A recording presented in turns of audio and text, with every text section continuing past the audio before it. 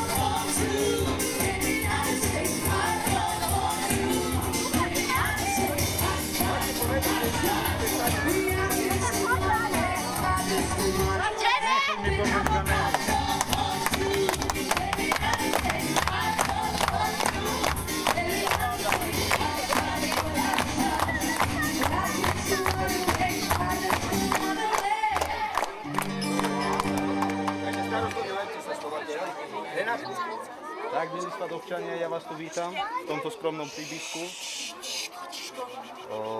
Naši dvaja snúbenci sa rozhodli vstúpiť do zväzku manželského a týmto im chceme všetci požehnať tento zväzok. A takisto im chceme aj predať slovo, aby mohli odprosiť svojich rodičov na ich cestu, na ich ďalšiu cestu životom. Takže, mladý pár, ja vám napomôžem trošku slovami, len opakujte po mne, posaďte sa, posaďte sa.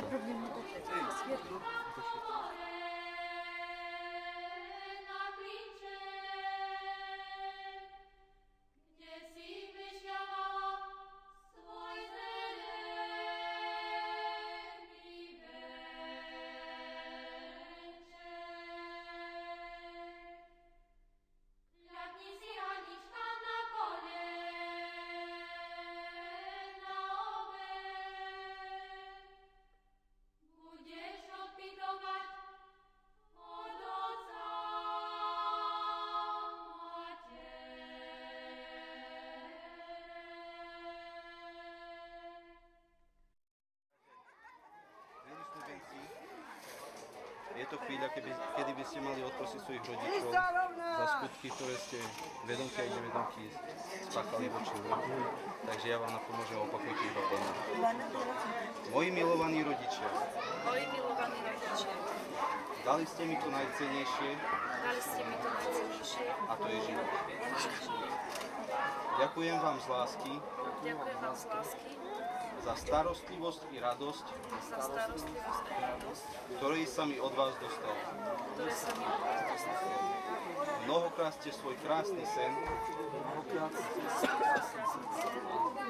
prerývali, aby ste ma ochránili Prerývali, aby ste ma ochránili od choroby či iného zlého. od choroby či iného zlého. Vždy ste ma viedli Vždy ste ma viedli len k tomu najlepšiemu. len k tomu najlepšiemu. Čestnosti, Čestnosti, úprimnosti, dávať úctu starším dávať úctu starším. a poctivo študovať. Spolu so mnou ste prežívali Spolu so mnou ste prežívali úspechy, ale aj sklamania. úspechy, ale aj sklamania. Viem, že ste vždy stáli vedľa mňa a starali ste sa o mňa tak, aby mi nič nechýbalo. Starali ste sa o mňa tak, aby mi nič nechýbalo. Dnešný deň odchádzam Dnešný deň odchádzam spod vašej opatery, spod vašej opatery, ale neprestávam byť vašim dieťaťom. ale neprestávam byť vašim dieťaťom. Odpuste mi či už nepremyslené slova Odpuste mi nepremyslené slova alebo činy, alebo činy, ktorým som sa vaše srdcia ranil, ktoré som sa v vaše srdce požil. a prosím vás o vaše rodičovské požehnanie. Tak, milí rodičia, požehnajte svoj. Všetko odpúšťate. Otec môj dobrý, aj vy, moja drahá mať, prichodí sa mi od vás odberať. Ďakujem vám za všetko, čo ste mi od malička dali, že ste ma mali radi a v láske vychovali. Sestry moje milé, vám nechávam, čo som tu rada mala, lavičku na dvore, kde som sedávala, aj chodník ku vode, kadiaľ som húsky hnala. Zo srdca ľutujem každý planý skutok, ktorým som vám spôsobila zármutok. Vaše odpustenie na cestu mi dajte a v dobrom ma spomínajte. S Bohom ostávajte, hej, mamičkine Prahy, čo vás prekračali.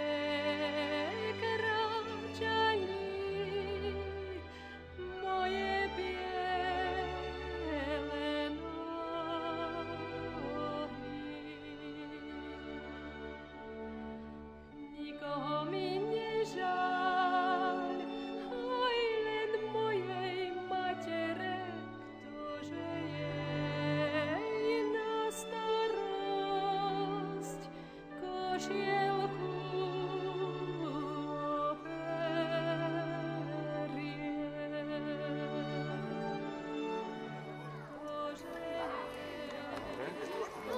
Tak, pripíme si na ich spoločnú cestu. Ešte je pred nimi sobáš, to je to najhlavnejšie dnešný deň. Takže nech sa všetko vydarí. Na zdravie. Na zdravie! S Dubencom ešte. Na zdravie Studencov. S Dubencom. Na zdravie Koper. Na zdravie. Starosta. Láskavosť, pekne vám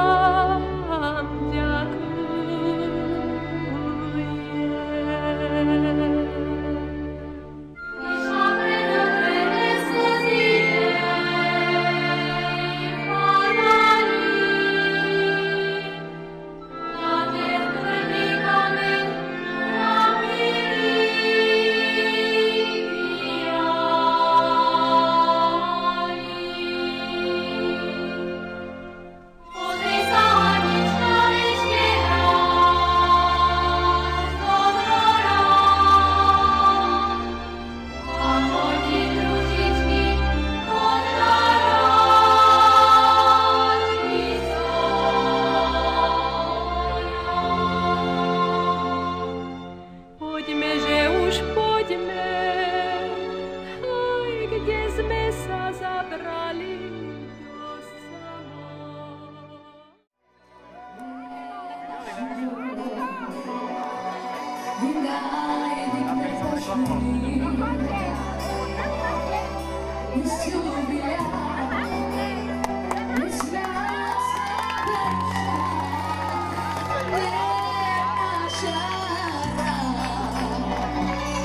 Naša raz tužíme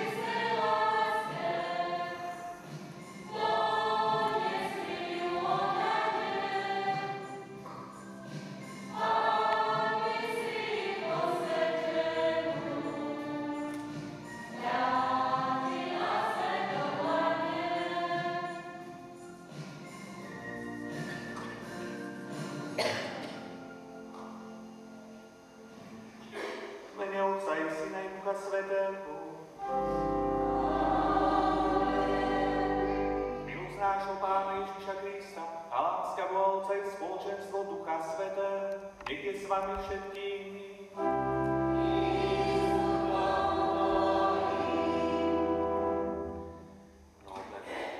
Doslava, tento dnešný deň je vašim veľkým dňom.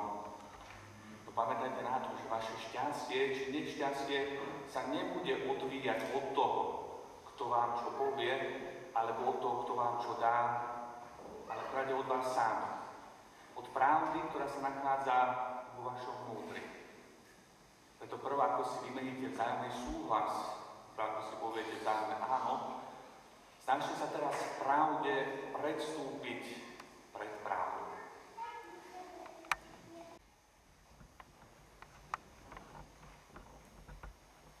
Vyznávam,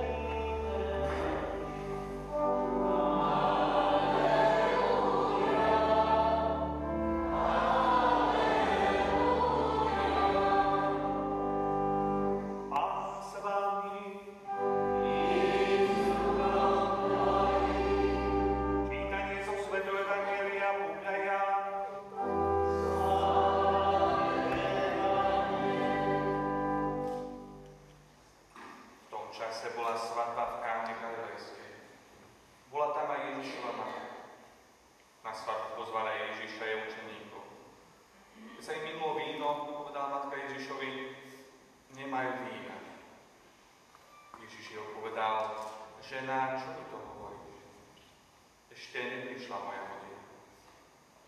Tu jeho matka povedala posluhovačom, čokoľvek vám povie, urobte. A bolo tam 6 kamenných nádob, každá na 2 až 3 miery, ako si to vyžadovali židovské očistovacie obrady.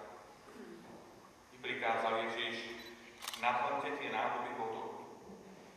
A naplnili ich až po okraj. Potom im Ježiš povedal, teraz načnite a zaneste starejšie. A oni zaniesli. Keď starejšie ochutnal vodu premenenú na víno, ten totiž nevedel, kde sa vzalo, ale posluhovači, ktorí načínali vodu, to vedeli. Zavolal si ženích a vravel mu, každý človek podáva najprv dobré víno a horšie až potom, keď si hostia upijú. Ty si však zachoval dobré víno až doteraz. Tento div v Káne Galilejskej bol prvý, čo urobil Ježiš, a tak zjavil svoju slávu. I uverili v Neho jeho učeníci. Počuli sme slovo Pánu.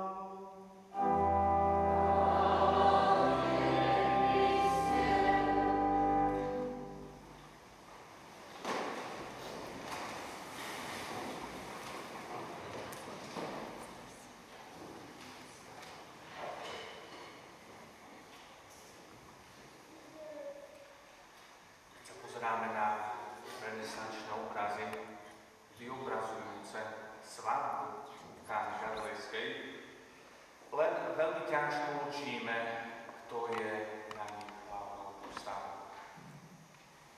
To Kristus, mladomanželia, svadobčania pri víne, prisnúbenci, drahí bratia a sestry, čo ako považujem my za hlavného alebo za hlavné pri uzatváraní manželstva?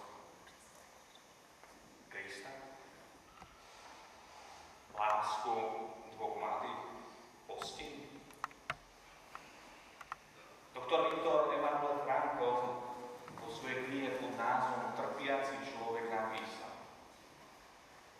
človek bude dovtedy prežívať strach, utrpenie, beznádej, nepochopenie, dokým Boha nedá na prvé miesto.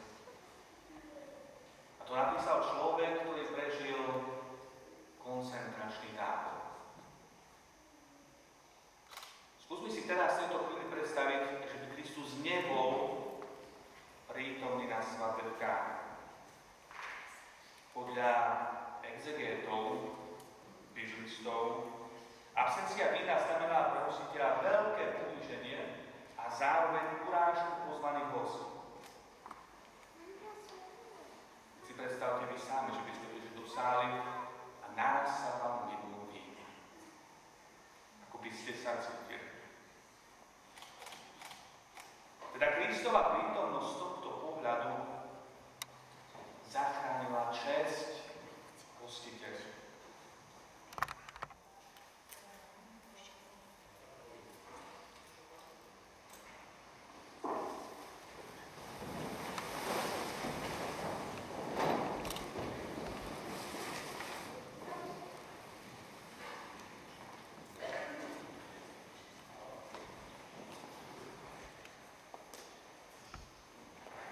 Robert a Radoslava. Rozhodli ste sa